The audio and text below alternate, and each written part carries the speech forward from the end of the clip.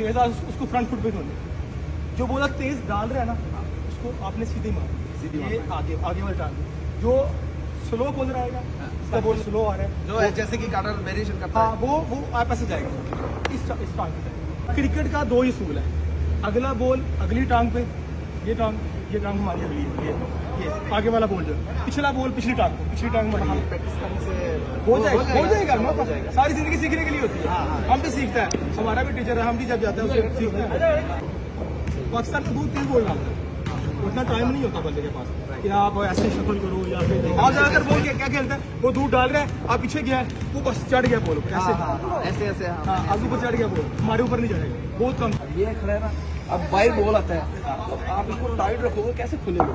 ये तो फिर लगे हम तो ज्यादातर टाइम टाइट नहीं है भाई, ये नहीं होता, टाइट रखेगा बाहर का बॉल ही खेला जाएगा, नहीं खेला ये जब ये ऐसे पकड़ा, हाँ भाई ये ब्लॉक हो, ब्लैक मेरी ज्यादातर शॉट बैक ऐसे ये ब्लॉक हो, बाहर करेगा वो रीच खत्म हो जाएगा, कैसे मारेगा उसको, हम खेलते हैं ऐसे, हमारा बैट ऐसे, ये फ्री हैंड होता है, ये टाइट होता है भाई, हम बांग्लादेश में छोटे से ऐसे, बांग्लादेश में चलेगा, लेकिन जब पाकिस्तानी बॉलर आएगा नहीं चलेगा, छोटे से ऐसे ही खेलना फायदा होगा इंशाल्लाह, क्योंकि आपका हेड जो स्किल देगा, स्टिल खड़ा है बिल्कुल देख रहे हैं, फिर आप सिखा चल के जाएगा, ज्यादा चल के जाएगा,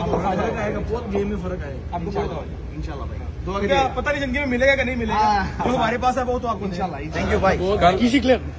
আসলে টিএম ভাই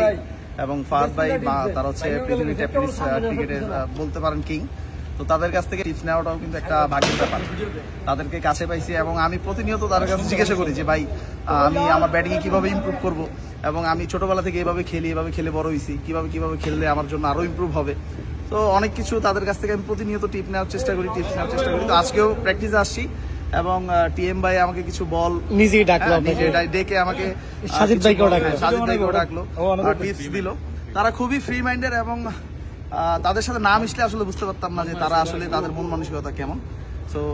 এই পর্যন্তই, থ্যাংক ইউ।